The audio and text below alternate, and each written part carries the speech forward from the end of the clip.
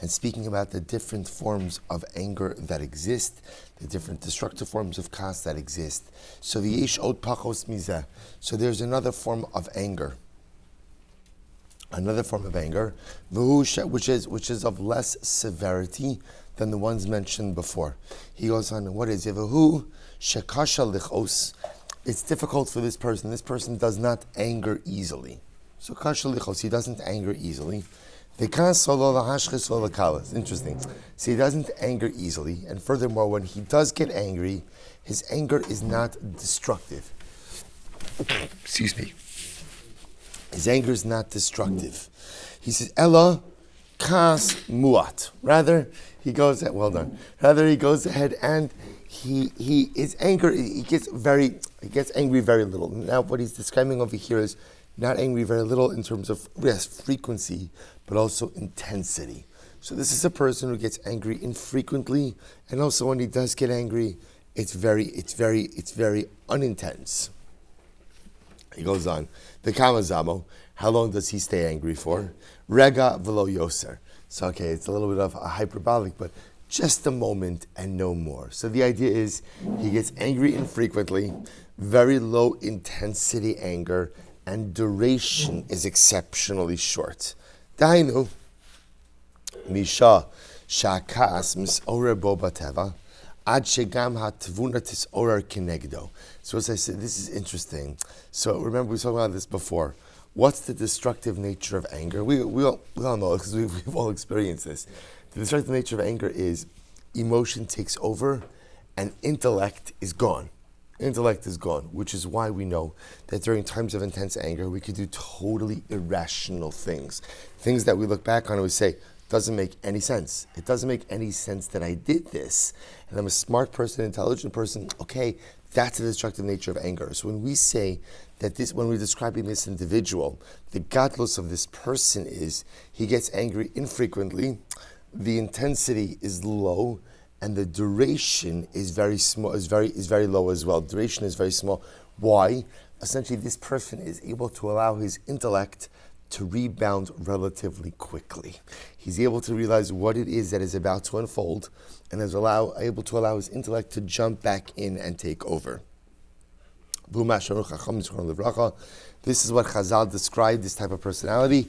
Kasha lichos, a person who is difficult to anger, v'noach lirtzos, and easy to appease.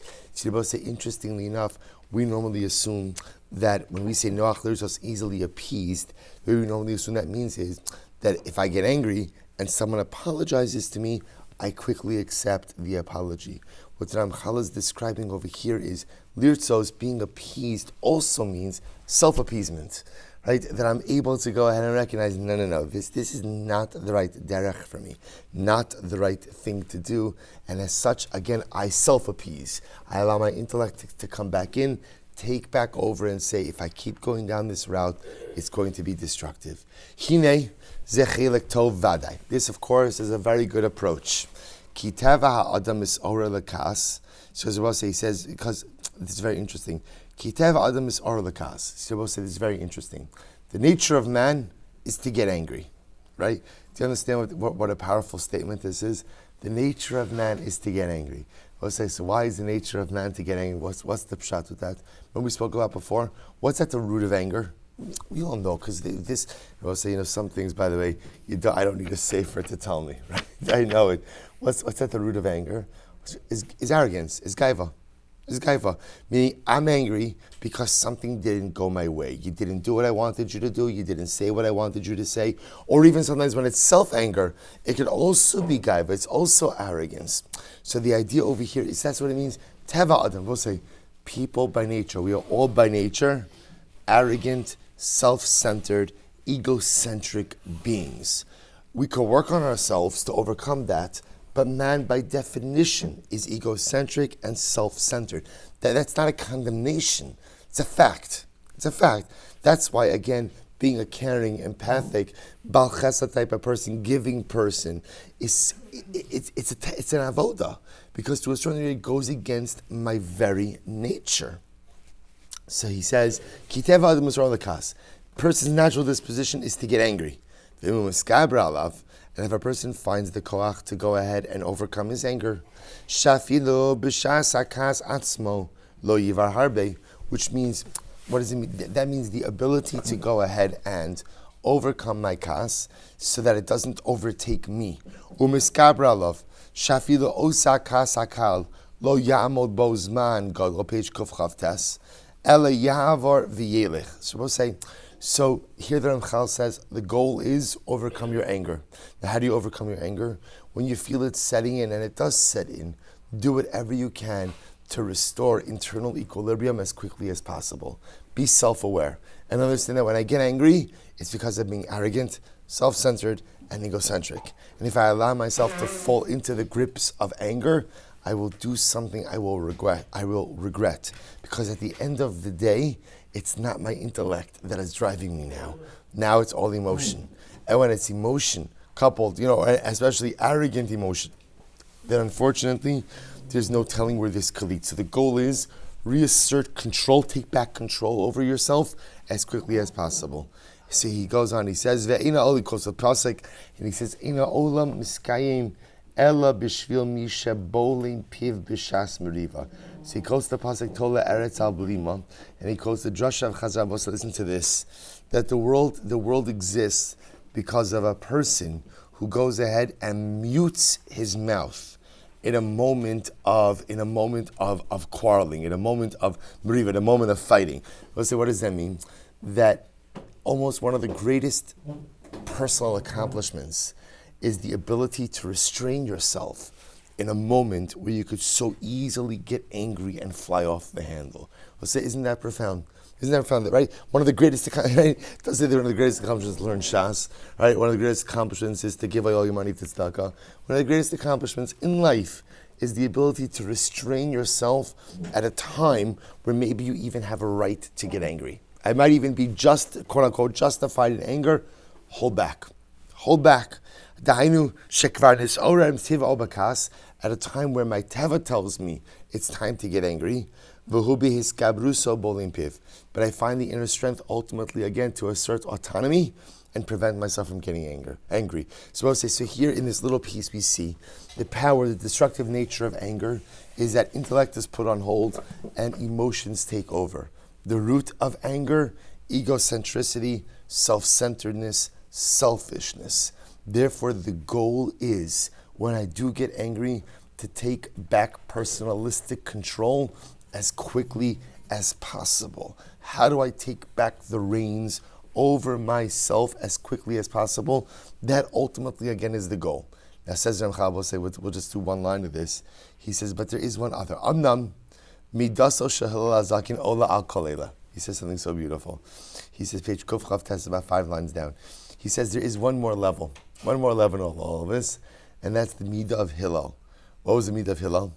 Shekvar lo haya makbid al shum davar.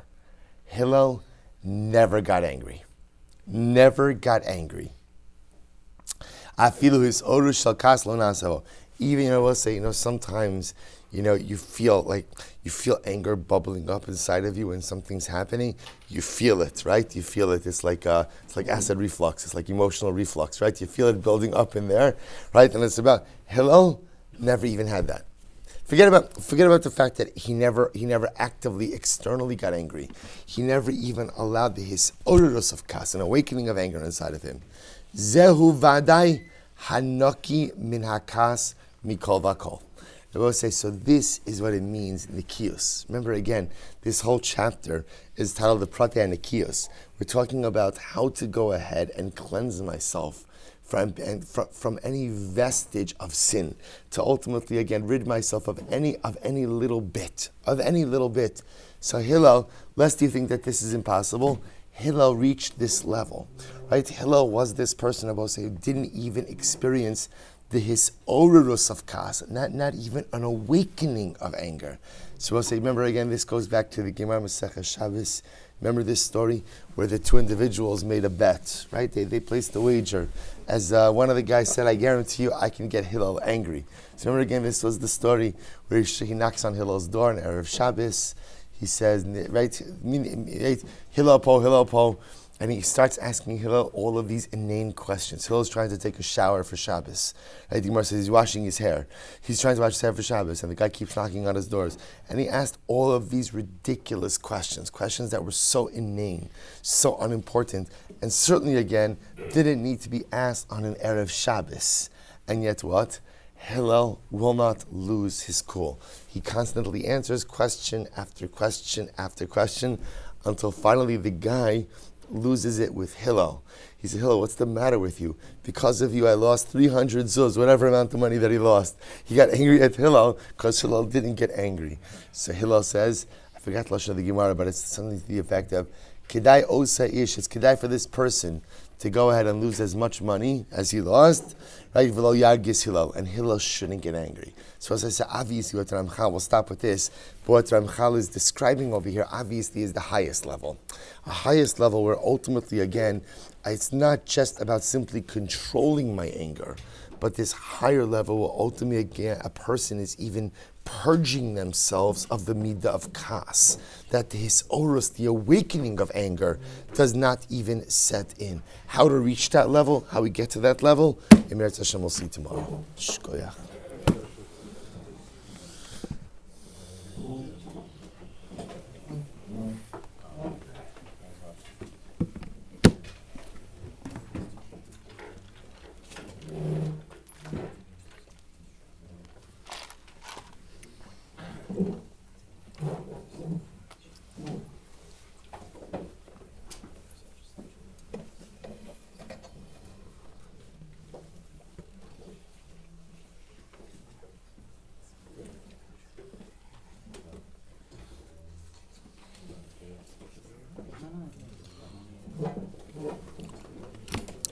All right, Shabbos, say good morning. Let's begin a beautiful daf ahead of us today.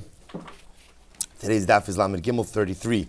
We are picking up on Lamed Beis 32b, and we are picking up at the two dots, which are 2, 4, 6, 8, 9 lines up from the bottom. Our learning this morning is dedicated by our Talmud Torah sponsors for the month of Cheshvan, Adam and Yudit Ben Zev, Le'ilu Nishmas, Adam's grandfather Moshe David Ben Shalom, in honor of Adam's grandmother Helen Nachman and his parents Eli and Judy Ben Zev, for serving as incredible role models. May HaKadosh Baruch Hu grant them Arichos Yamim V'Shanim. And also with that, let us begin. Incredible Gemara today. So also remember again, Gemara begins with a statement from the Mishnah. Kusim mitamin mishkav tachton kim. So we'll say yesterday's daf was chock full of incredibly profound information. We learned again some yesodistic ideas regarding Niddah, regarding Zav, regarding Zava, and regarding Kusim. So continuing in our topic regarding Kusim today, so the Mishnah said, HaKusim etamim mishkav tachton kelyon. So we'll say, the way we assumed that we were reading this statement was that Kusim convey Tumah to mishkav tachton, to that which is under them, ke'elyon, like that which is above them. So it's not immediately clear what that statement means, which is why we have the Gemara. My mishkav tachton ke'elyon, says the Gemara, what does that mean? That they convey Tumah ultimately, again, like mishkav tachton ke'elyon.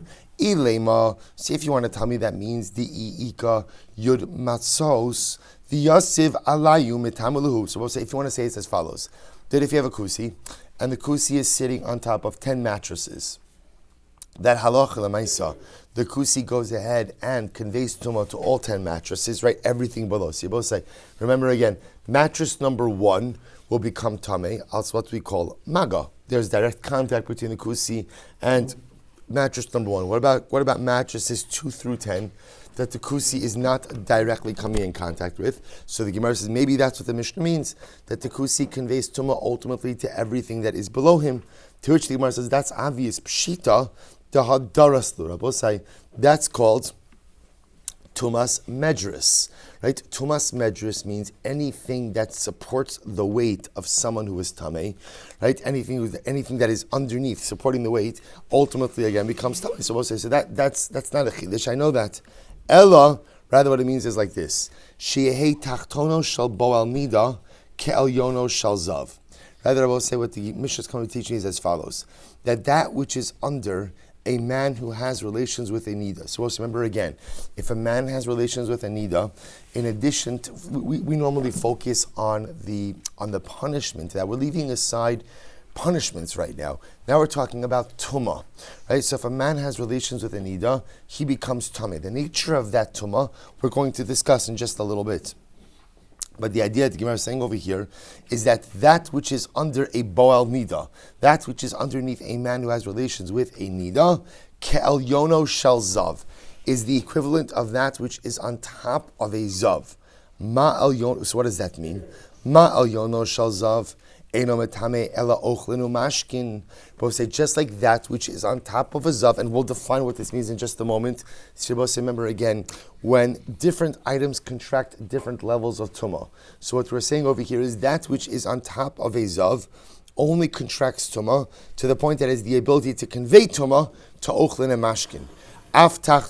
Food and drink. Aftachtona shel Boal Niddah, so to that which is underneath the Boal Niddah. Eino metame ela ochlin umashkin, only has the ability to convey tumah to ochlin and mashkin. So the Gemara says, Al yono shal zav milalan.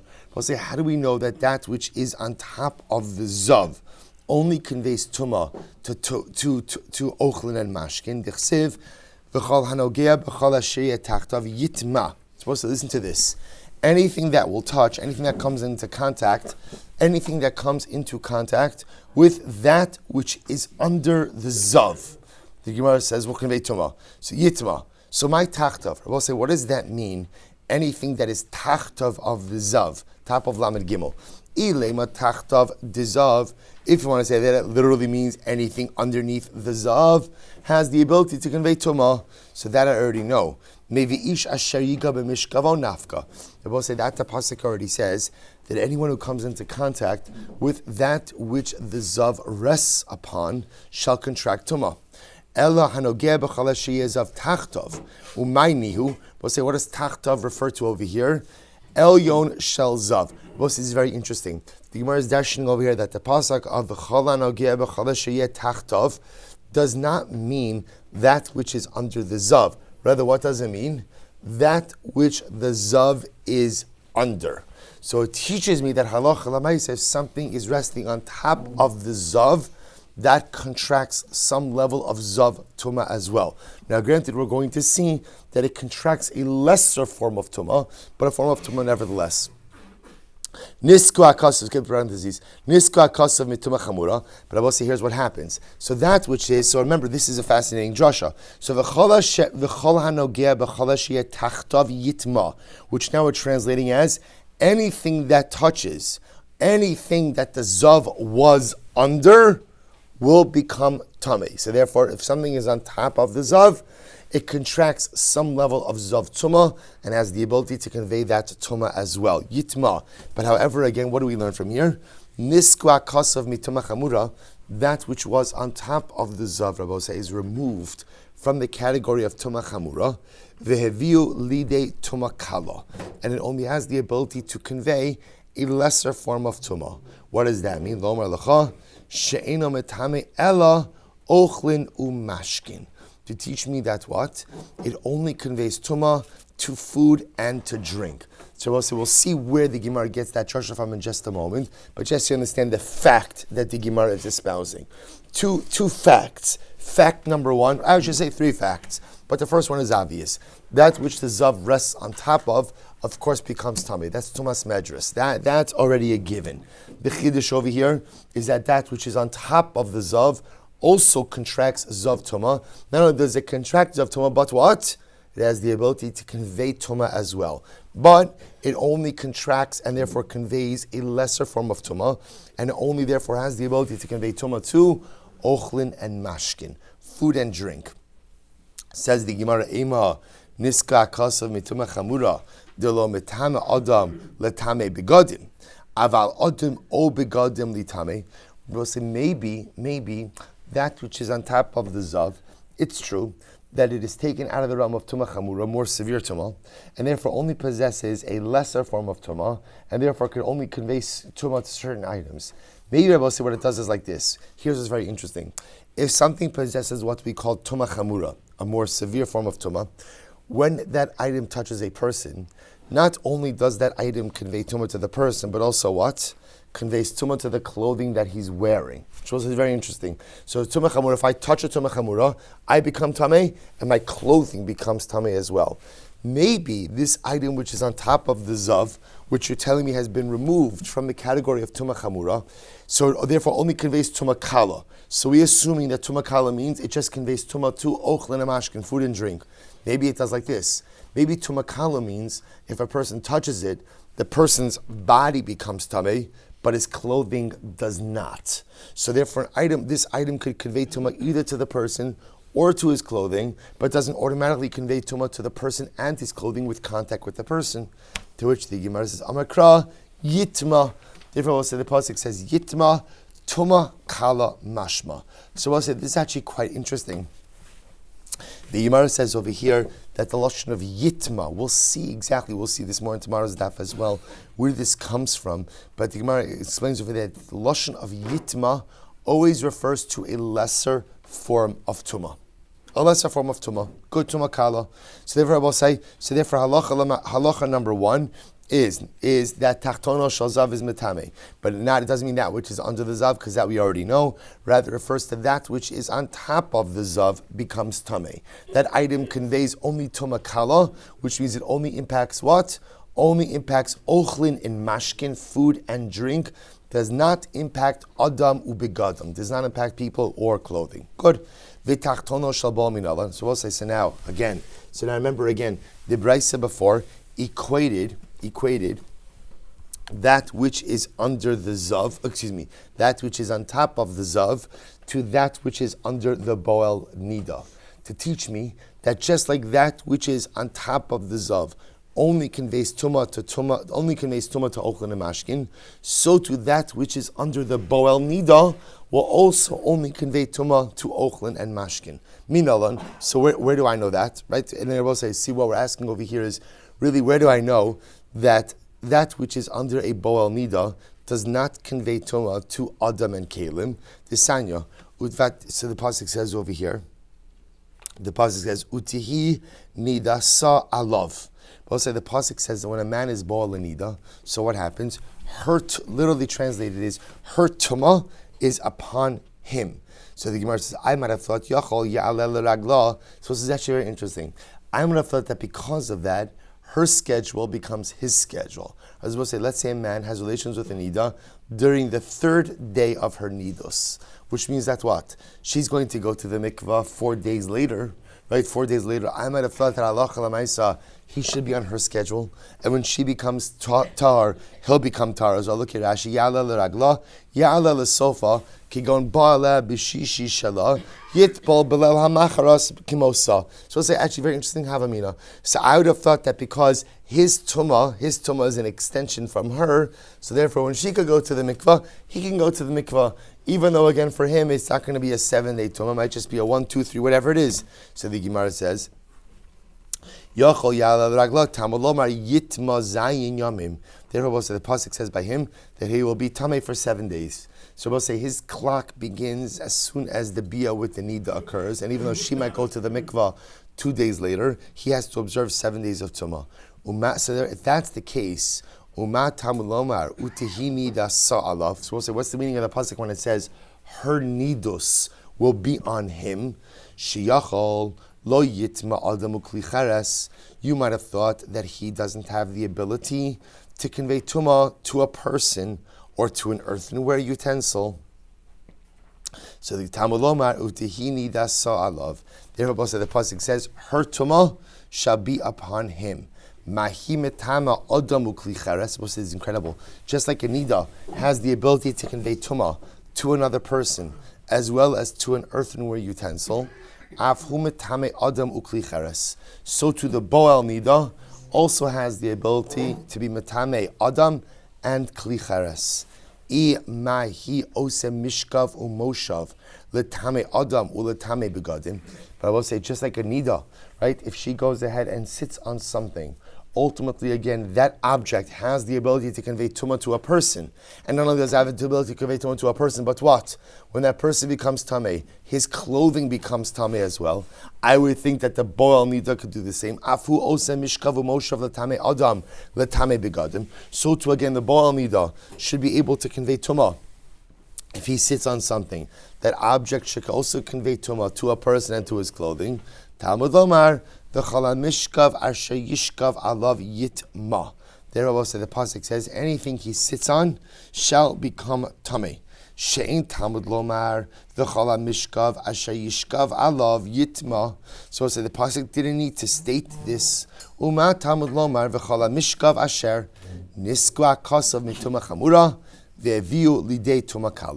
So I'll say the repetition teaches me that the boel niddah, as much as his tumah is a derivative of the niddah's tumah, nevertheless their tumahs will be different. How so? That the boel niddah's tumah is removed from the same level of severity as the niddah herself. How so? Lomar lecha she'eino metame ela ochlin umashkin. I'll say, what does it come to teach me?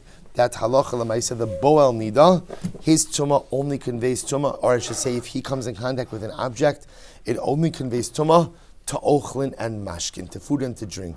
So as opposed to the niddah herself, who can go and be metame adam begadim klicheres, the boel niddah ultimately again only conveys tumah to ochlin and mashkin. Incredible. Parich Rav Achai. So says Rav Achai the following: Ema niskla kasav mituma chamura. Why don't you say that halacha l'maisa? So we're all agreeing that when it comes to the boel niddah, the Torah is taking him out of the context of what we call tumah chamura, intense tumah, and ultimately again relegating him to a state of tumah kala. So why don't I say that means the lo letame adam letamuye begadim? Maybe it means like this. Maybe the boel niddah could still convey tumah to a person. But maybe what we'll say is, so we'll say normally, let's say for example, a niddah touches a person, so we'll say, so what happens? So she can convey tumah to a person, and what? When that person contracts tumah, what happens? His clothing also contracts tumah. Maybe when we say that the boel niddah is taken to a lesser severe construct of tumah, maybe what we mean is as follows: that the boel niddah can convey tumah to a person, but that person's begadim, his clothing, don't automatically become tameh. So Amravasi yitma tumah kala mashma, because we'll say the pasuk says yitma, like we said before, the lashon of yitma automatically infers a tumah kala, a lesser form of tumah. Therefore, it will suggest that the boel niddah will convey tumah ultimately again to ochlin and to mashkin, and not to adam and kalim. So the Gemara says, Ema utihini dasa alav klal. So we'll say, so now ask the Gemara again. Why don't we say like this? Why don't we say that the lashon of utihini dasa alav, her nidos will be upon him as a klal, a general statement. V'chala mishkav, and anything he sits on, prat, klalu prat, ein bichlal al mashva prat. Whenever you have a klal and a prat, right, or we'll call it an inclusive statement and a specific statement. So the klal is modified by the prat. So the Gemara says, klal prat ein bichlal al mashva prat, which means what? Mishkav umoshev in midyachrini lo. Maybe the boel niddah only conveys tumah ultimately again to mishkav and moshav and not to anything else. Abaye says no. Yitma zayin yamim mafsik ha'inyan. Well, so here's the problem. That klalu prat is interrupted by another phrase of yitma zayin yamim.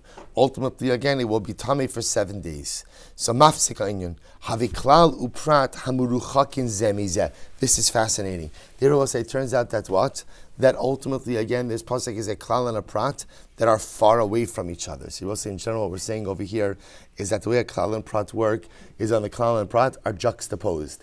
If there's an intervening statement, then ultimately, again, that ruins the klal and prat. V'chal klal prat hameruchakin zemizeh ein danin oso bichlal uprat. And I will say, ultimately, again, any klal uprat that is far away from each other, ultimately, again, cannot be darshan as a klal uprat. Good. Rava Amar Rava says the olam danin. Rava says no, even if a klal and prat are far away from each other, you can still darshan it. V'chol ribuyahu. We'll say here's the issue. There's another ribuy in there, right? There's another v'chol that lashon of chol or kol, ultimately goes ahead and comes to include other things as well. Okay, maskif la Rabbi Yaakov. So we'll say, so again, Rabbi Yaakov raises the kasha. Ema kihi. Why don't we say ultimately again that the Boel Niddah should be just like the Niddah herself? Mahi lo chalakta bin maga'al mishkav l'tamei adon l'tamei begadim. But it's just like the Niddah herself. Whether she touches someone or whether she sits on an item and then that item comes in contact with someone, either way, that conveys tumah to a person and to his clothing, right? L'tamei adam ubegadim l'chumra afhu lo sachlok bo bein magao l'mishkavo l'tamei adam u'letame begadim. So we'll say we should say the same thing by him, that ultimately again, whether he touches someone or sits on something and that item comes in contact, it should convey tumah ultimately to the individual as well as to his clothing. To which the Gemara says, L'kula Amarava, to which and Rose say that ultimately again, meaning L'kula, we should apply the same status in both ways. Lehim L'kula Amarava Alav Lahat Ino Mashma, to which Rava says ultimately again that lashon of alav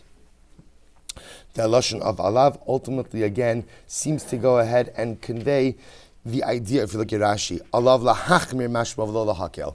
The lashon of alav, Rabbi say, is a lashon of lahachmir and not lahakel. Ultimately, again, so to say that he shouldn't convey anything, ultimately that can't be because that's not lashon of alav. So we'll say, so bottom line, what we have over here is as follows. So halacha l'maisa. So the Gemara is teaching us, the Mishnah is teaching us two things. Number one about the zav, which is kind of just tangentially, and number two about the Boel Niddah. So we'll say from the zav we learn anything, of course, that a zav sits on top of, right, or even not directly on top of, becomes tamei either because of mago or medris. The chiddush over here is that anything that is on top of the zav also contracts zav tumah, but that which is on top of the zav only has a lesser form of tumah that is only mitamei what? Ochlin and mashkin, not adam ubegadim. Same idea with the Boel Niddah. That which is under the Boel Niddah is the equivalent of what? To that which is on top of the zav. That's the relationship over here. Anything that is under the Boel Niddah is like that which is on top of the zav. So therefore anything that's underneath the Boel Niddah essentially conveys tumah to what? Ochlin and mashkin, but not to adam and kalim. This stands in contradistinction to the Niddah herself, where the Niddah herself, that which is underneath her, has the ability to what?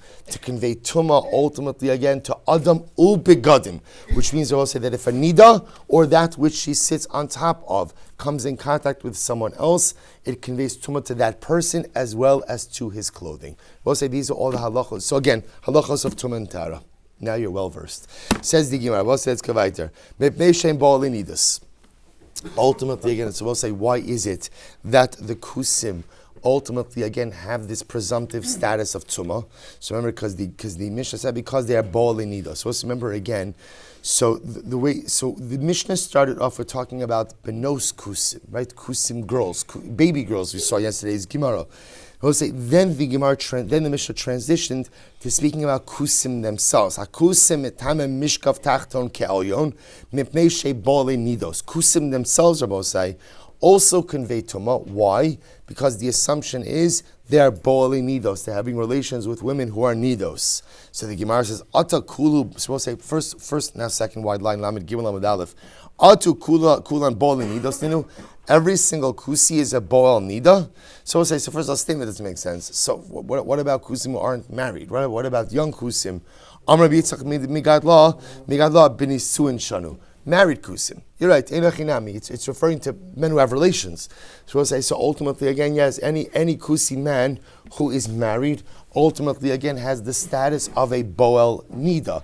Now also remember again, this goes back to what we said before, because their wives were keeping a very skewed form of taras hamishpacha, as we're going to go ahead and discuss in just a moment. So therefore, every married kusi man ultimately again has the status of a bo'al niddah. So we'll say, you could appreciate, by the way, how during times of the Beis HaMikdash, and in general, even when they were keeping Trumas and Maestros Patara, how complicated it was to interact with this population. Because the ability, and we'll see, we're actually going to see an incredible story, I'm going to be busy about this. Then Yoshvos, I'll call down. So let's remember again, what was the problem with the Kusi women? The problem with the Kusi women is, interestingly enough, they were ridiculously machmir when it came to Taras HaMishpacha. Right? What was the Chumrah? The Chumrah was they observed Hilchos Niddah for any discharge. So let's remember again, we've seen already that Allah said the only problematic colors when it comes to Niddah are red and black. Red and black. It's really red, because even black, halacha is considered to be Adam Shalaka, is considered to be a form of red. But red and black. The Kusi women, if they had discharges of any color, would automatically go ahead and begin observing Hilchos Niddah. So we'll say what a chumrah.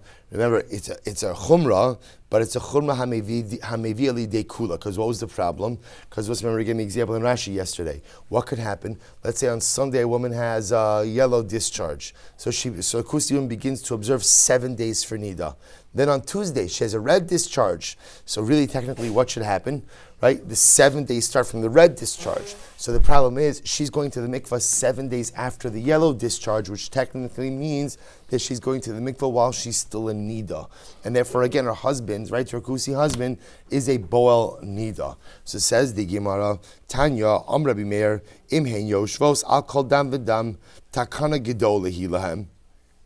So we'll say, so Amir says, isn't this incredible that they're going ahead and sitting, right? They're sitting for every type of discharge. So the Mishnah's takana is very important for them. Ella, sheroz dam adam. Here's the problem. So rather, again, what happens? They see red blood. Umashlimos osan ledam yarok. So we'll say, remember again, as we pointed out before, in biblical Hilchos Niddah lasts for 7 days. That's it. It's 7 days. And I will say, it doesn't make a difference. Those 7 days do not have to be clean, right? She could bleed during those days. So the way a Kusi woman would work is, so therefore she has the discharge of yellow, we'll call it on Sunday. She begins her 7 days. And even if she subsequently sees a red discharge on one of those days, she just attributes that red discharge to a continuation of the yellow discharge on Sunday. And therefore ends up going to the mikvah too early. Davar acher. The other possibility is to what they did wrong is very interesting. Yom sheposekes bo soferes the minyan shiva. Both say this is very interesting. The other potential problem that the Kusi women did was as follows. Look at Rashi for just a moment. It's the last short line of Rashi. Yom sheposekes bo kishira gimel ritzufim la'achar zayin yimei nida v'havya zava uposekes b'emtzayom soferes osa kitzas hayom shada erev leminyan shiva nekiyim va'anan zayin nekiyim shleiman. Let's listen to this. The other possible thing that they did wrong was as follows. That when it came to Zavak, so possibility number one is that, so what they did wrong with Hilchos Niddah is that they observed Hilchos Niddah for any type of discharge, and therefore end up many times going to the mikvah prematurely. Other possibility is that they were mistaken in their observance of Zava Gidola. How does Zava Gidola work, right? A woman has 3 Zava discharges on 3 days. In that case, she has to do what? She has to go ahead and observe Shiva Nekiyim. What sometimes the Kusi women did, what we'll say is imagine the following. Let's say Friday, Shabbos, Sunday. She has 3 Zava emissions.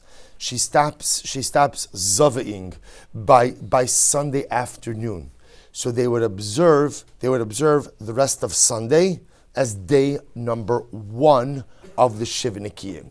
And I will say, of course, that's not how it works. Shiva Nekiyim must be 7 complete days. So they would observe the last remaining clean part of the 3rd day as the first day of their Shiva Nekiyim, which would then end up meaning what? They would go to the mikvah 1 day early. So the Gemara says, Yom Shepo Sekes Bo Soferes Leminyan Shiva. Now we'll say, what was their logic? So their logic ultimately, and there was a good svara. What's their svara? Miktsas Hayom Kikulo.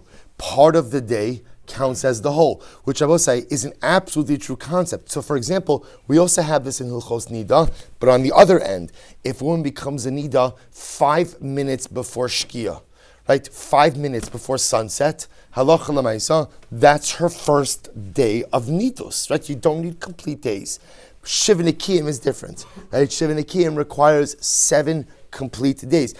But interestingly enough, in almost every other area of halacha, we hold mixed kul and avelus, right? We get up from Rachmana, it's not a person sitting Shiva. You get up from Shiva at the beginning of the 7th day, right? Mixes yom kikulo. So by Shiva Nekiyim, they must be complete days. So the Gemara says, Maskiv on Bar Chama, Vitispereno, Vasili Gemara says, Va'ana Nami Nispere, Tekaima Mitzum Kekulo. So I say, so Rabbi Ami comes along and says, no, what's wrong with that? What's wrong with that? That actually sounds like a good idea, right? Part of the day should count as the whole. Amarava Imkain, Shichvas Zera Desasar Beziva, Heichi Mishkachasla. So I'll say, if that's the case, where would you ever have a situation of Shichvas Zera that would go ahead and take away one of the Shiva Nikim? Now look at Rashi for just a moment. Imkain, Tili'inyan Nikia mixes in Kukula. If that's true, that ultimately, again, that mixes in Kukula by Shiva Nikim, then Zav Shepasak. We'll transition that to a Zav for just a moment. Right? A Zav who began to count Shiva Nikim. V'ra Keri, and had a seminal emission. V'kaimalon deso, Sir Osayom. Remember again, the halacha by seminal emission is that you lose that day. Right, if a Zav is counting Shiva Nikiyim and has a seminal emission, he only loses that day, not the whole 7 or whatever amount he's counted up until that point. So we'll say, so how would that ever happen? After all, I could say, V'amexion's Kukula. We'll say this is an incredible chap. So they say back to Rabbi Chama, it must be we don't hold Mixium Kukula. Why? Because we'll say if you hold Mixium Kukula, watch this. Ruvain is in the middle of a Shiva Nikiyim for Zivos. It's Monday, right? So let's call it Monday is his first day of Shiva Nikiyim. Good, everything's going fine. He has a seminal emission, right? So what's the halacha when he has seminal emission? He loses that day. So why don't I say Mitzvim Kukulo? After he has a seminal emission, right? Then after he's clean after the seminal emission, he observed the rest of the day Betara, Mitzvim Kukulo should give him back that day. We know that that's not the halacha. I will say the halacha is that you lose the day. But if you were to hold Mitzvah Yom Kekulo, you should be able to regain that day. Incredible. So the Gemara says, you're right. If he was singing in the middle of the day, then yes, he would be able to reclaim the rest of the day by saying Mitzvah Kekulo. To which the Gemara says, so the Gemara says, it must be that the case of Osaiv where a Balkari loses a day of a Shiva Nikiyim is where he's seeing right before Shkia. Therefore, by the time he finishes his emission, there is no more daylight left. To which the Gemara says, so it's telling me then that the pasuk is only talking about a very rare case, one specific case, where the Balkari is having his emission right before Shkia in Akachach Shavki Lekra Diudachik Umoki Anafshe. Maybe it is. Maybe the pasuk is only referring to this very narrow case. That Einachinami will say that it could be that if you're mixed Yom Kekulo, even a Balkari wouldn't lose his day. Now, we'll say, now the truth is, halacha l'maisa, that's not the case, right? Because when it comes to Shiva Nikiyim, we don't hold Miktasum Kekulo. By Shiva Nikiyim, you require 7 complete days. If a Zav does have a seminal emission, we'll say very important halacha, if a Zav does have a seminal emission, he loses the day, but only that day in which he had the emission, not the rest of the days observed up until that point. But Rabbi Chama asks another kasha. Poletes shechva zera, ma'usha tistra beziva. We'll say a very interesting case. What about a woman? Right? What happens if a woman emits zera? So we'll say, how would this happen? A woman has relations. She becomes then a zava gidola. She's observing Shiva Nikiyim. She then emits some of the zera. So we'll say, so we're assuming this is within 3 days after the bia, right? 3 days after the bia, she emits some of the zera from relations with her husband. So we'll say, so what's the status of that emission, or more importantly, what's the impact of that emission on her Shiva Nikiyim? Mao shetistra beziva. So do we say, roa haisa visoseres? We'll say, do we treat this essentially as a re'iyah? Right, as a re'iyah, and therefore again it goes ahead and literally deconstructs, not deconstructs is the wrong word, ruins the days she's observed until now, and she has to go ahead and start all over again. O Dilma noga amadays, O Dilma nogaas haisavalo sasra. Or I will say maybe this is, what we're really asking over here is as follows: when she emits zera, do we view this as an emission? And therefore, again, it causes her to restart her Shiva Nikiyim, or do we view it as if she's touching something tameh? In which case, what Rabbi say, she would lose the day, but ultimately, again, she would lose that one day, but not lose all the subsequent days. I'll just illustrate this to you just a moment. Let's say a woman is observing Shiva Nikiyim for Zivos, and she touches her husband, she emits zera. She's in the middle of Shiva Nekiyim. So how do we view that emission of zera? Is that like a re'iyah? Is that like internal tumah? That right, like an emission tumah? In which case, again, she has to restart the Shiva Nekiyim. Or is it like negia tumah, like touching something external to her, and therefore Allah Lamaisa she'll lose the day, but not all of the other days beforehand. Incredible shayla. Amar Rava says, Lefum chara shabeshtehi. So Rava says, you're a very, literally it means, right, Lefum churfa, in accordance with your wisdom, shabeshte, your question is mistaken, which is another way of saying, Rava is saying, the shayla doesn't really get off the ground. Why not? Nihi nami disasra. Even if you want to say ultimately again that halacha lemaisa, that it'll go ahead and take away the days, kama tistar, right? Ultimately again, how many days do you think it would take away? Tistar shiva. Would you think that it takes away all 7? Can't be. Daya kiboala.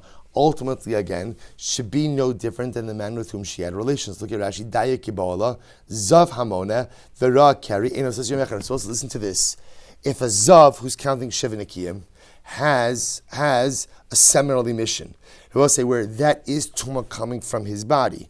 Yet halacha is what? How much time does a zav lose? Only 1 day. So we'll say if the zav from whose body the zera is actually coming only loses 1 day, so ultimately again the zava can't be any more chamer than that. So which the Gemara says, Daya Kabbalah, Tistri Yom Echad, Va'achar Titar Am Rachmana. So the Gemara says, Va'achar Titar Am Rachmana, Achar Lekulan, Shalote Tuma Mafsekes Benehen. So we'll say, so maybe not. So ultimately, again, that's different because ultimately when it comes to Zav, the halacha is that there can't be any tumah that's interrupting in the Shiva Nekiyim. Ulatamech Zav Gufei Hechisas Lataraso. So ultimately, again, by Zav himself, how does he undo his Tara process? Amrachmana Shalote Tuma Mafsekes Beinehen. Ultimately, again, when it comes to Zav, the halacha is Taraso. There can't be any type of intervening tumah. Elamai Istachal Meimar Shalote Tumas Ziva Mafsekes Beinehen. Hachanami shlote tumas ziva mafsekis bein. So Rabbi says, the Gemara actually doesn't resolve the halacha by zava. We're going to come back to the zava case. Actually, going to be part of the next mishnah, not the next one, but the one after that. But at least for a zava, Rabbi says, so what to do ultimately again with a zava? With a zava who's poleta shechva zera, we're not exactly sure. We'll see what to do. We know what to do with the zav. With the zav who has a zera emission, I'll say halacha lamaisa, he loses that day. He loses that day, but doesn't lose anything before it. The shayla Rabbi said that the Gemara has not resolved is what do we do with a zava who is poletes shechvas zera? Do we say that is like a re'iyah, like internal tumah, in which case she has to start the clock of Shiva Nekiyim again?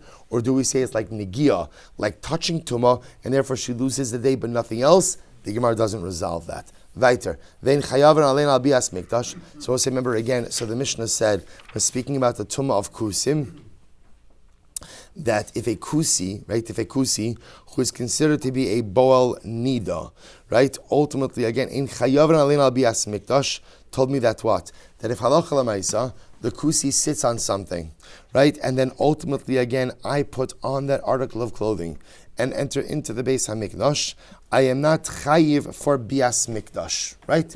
I'm not chayiv for entering into the Beis HaMikdash in a state of tumah with a tumah article. So says the Gemara, Rav Papa ekla l'tavach. So we'll say Rav Papa went to the city of Tavach. This is very interesting Gemara. Amar ikasur mirabanan hacha ezela kawalape. Rav Papa said, if there's a Talmud Chacham here in this town, I'd love to go visit him. Amar he safta. There was an older woman who said to Rav Papa, yes, there is ikaha chatzur mirabanan v'Rav Shmuel Shmei. There is a Talmud Chacham here in the city, and his name is Rav Shmuel. V'tani masnisa. And he teaches a lot of Mishnayos. Yehi Rava tetehave kavasei. So the woman gave Rav Papa a bracha. Rav Papa, you should be privileged to be like him. So Rav Papa said, Amar, midkamevarchi li begave. So since this woman is giving me a bracha that I should be like this man, shmamina yerishamayim. And mostly this Rav Shmuel is really a yerishamayim, fears heaven. Also legabe. So Rav Papa went to visit this Rav Shmuel. Listen to this beautiful story. Rama leitura So ultimately, what did Rav Shmuel do? He goes ahead and he shechted an ox lekavid Rav Papa, which is a pretty big thing, right? To shecht an ox lekavid ham tchacham, so they were going to have a suda together. Beautiful, beautiful. Ramilei masnisin ahadadi. So we'll say ultimately what happens. So Rav Shmuel went ahead and posed Mishnah. He posed the question to Rav Papa. So the Gemara says, Tanan. Ein chayav na'alin al bias mikdash ve'ein sarfan alin as truma mipnei shetum asa safek alma misfeika lo sarfinon truma. So we'll say, so the Mishnah said that what? That any items which the kusi comes in contact with, if those items were to come in contact with truma, you would not burn the truma. So we'll say, just let me illustrate this simply. If the kusi sits on an object or he touches an object, and then that object goes ahead and touches truma, so what will be the halacha? We'll say we would not burn truma because of contact with that item, even though again the kusi himself has truma. Why? Because the nature of kusi tuma is safek, and we do not burn truma als what? Als tumas safek. Okay, yet, what is the urmini? Areza kasha, al shisha sveikas sarfanes atruma. Yet, Rabbi the Mishnah says that and in 6 cases of safek, we will go ahead and burn truma. And one of them is, al safek bigidei ama'aretz. If there's a safek, if truma came in contact with the clothing of an ama'aretz, we'll burn the truma. So what do you see from this second Mishnah? That we do burn truma, out safek maga ama'aretz. So what's going on over here? So Rav Papa said, Yehi Rava. This is beautiful. So Rav Papa says, so remember, this is Rav Shmuel posing the questions to Rav Papa. Rav Papa says, no problem. Yehi Rava dilis ach el haytur l'shalma. Literally, again, it should be God's will that you should eat your meat b'shalom. Which Rav says, Rav Papa's way of saying, don't worry, I got this. Right? Enjoy your su'uda, eat up. I'm happy to answer these questions. Hachama askinon. We'll say, what's the Mishnah's case? Bekusi chaver. We'll say, what's the case? A kusi chaver. Right? We'll say, kusi ultimately, again, who is well versed in the halachas. Right? Therefore, again, because he's well versed in the halachas, therefore, again, if his clothing comes in contact with truma, you need not burn the truma. To which the Gemara says, kusi chaver boal niddah mashvislei. Remember, what are we talking about over here? The same Mishnah says that what? That the kusi has the status of being a boal niddah. So you're going to call him a kusi chaver. Shabbos, remember again, chaver means he has a certain level of believability, a cheskes kashrus. So you're going to tell me now that the same kusi chaver, whose clothing, if it comes in contact with truma, you don't have to burn it, but yet you're also calling him a boal niddah. So what's going on over here? To which the Gemara says, shafke. So Rav Papa was embarrassed and he left. I don't know if he finished eating first. I mean, it was ox, right? So, maybe he took it to go. Whatever it was, he was embarrassed. So what does he do, Rabbi Osai?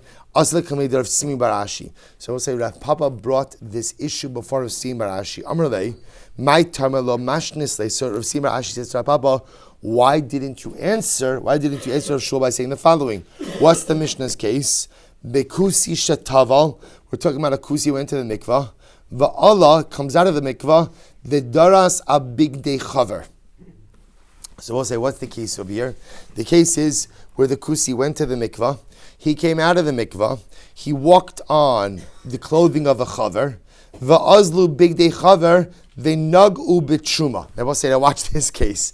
What's the case of the Mishnah? So it's a case of a kusi went to the mikvah, came out of the mikvah, walked on the clothing of a chaver, right? The chaver is a tam t'chacham, someone who keeps the laws of tam and tara. And therefore, and then what happened?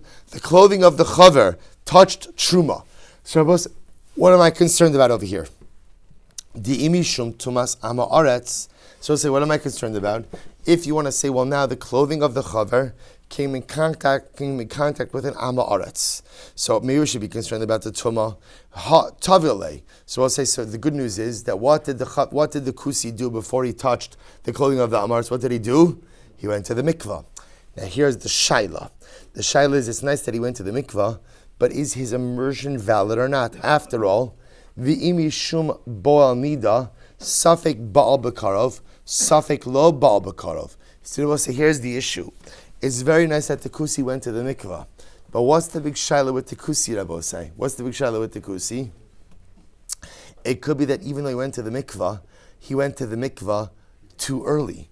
Why? Because what do we just say on Amud Aleph? What's the halacha if a man goes ahead and has relations with a Niddah? What's his status? He's tummy for how long? For 7 days. Utihi Niddah sa'alav. Now listen, here's the problem. If her count is off, then his count is potentially off as well. So maybe he went to the mikvah too soon. Right? So therefore, even though he went to the mikvah, lo bal bakar, vim titz bal bakarov, safek hishlimaso yarok, safek lo hishlimaso, have svek sveka. So I'll say, so ultimately, again, here's the issue. Issue number one is, was he Baal Niddah or was he not Baal Niddah? If he was Baal Niddah, ultimately, again, was she a Niddah or not really a Niddah? Therefore, again, it's a Svek Sveka. The Svek Sveka, lo sarfinan truma. So we'll say, so listen to this case. So it comes along, so we'll say, so Simi Ba'ashi says, to Rapapa, you should have answered, here's the case of the Mishnah. What's the case? The case is where the Kusi went to the mikvah, came out of the mikvah. When he came out of the mikvah, what happened? He stepped on the clothing of the chaver. The chaver's clothing then came in contact with truma. So what's the shaila? Do we have to burn the truma or not? After all, again, the clothing of the chaver came in contact with an amaretz. So we'll say in this case, the tumah of the amaretz is going to be a svek, a double suffix. Was he Baal Niddah, right, or not? And if he was Baal Niddah, ultimately, again, was she really a Niddah because she had a ready mission? Or was she just a Kusi Niddah who went to the mikvah, who established herself as a Niddah, ultimately becomes some other emission? And this also will be a case of Svek Sveka, double suffix. In the case of Svek Sveka, we will not go ahead and burn Truma. That's the case of the Mishnah. I have a Sefer Koleim Yishum Big Day Ama Aretz. And I will say, but again, shouldn't there be a case over here of Big Day Ama Aretz? Damar Big Day Ama Aretz Midras Leprushin. I will say again themselves, why aren't we concerned with the Big Day Ama Aretz, the clothing of the Kusi himself? Right? I will say, shouldn't his clothing himself go ahead and convey Tumah as well? Amrale Bekusi Arum. But so what are we talking about over here? A Kusi who was wearing no clothing. So remember again, it's not the pshat. See, we thought he's coming out of the mikvah, getting dressed, and then going ahead and stepping on the clothing of the Amaretz. So ultimately, no, he's going to the mikvah, coming out of the mikvah, then stepping out of the clothing. So therefore, there's no issue of Big Day Amaretz, rather it's just the issue of the Kusi himself. And therefore, halacha l'maisa, at most, this Kusi, when he touches the clothing of the chaver, is a svek sveka, is a double suffix. And therefore, again, out of a double suffix, we will not go ahead and burn truma. So we'll say something very important. We'll have to stop over here for today, but something very important emerges from this. Out suffix, there are times that we will burn truma. This is very important.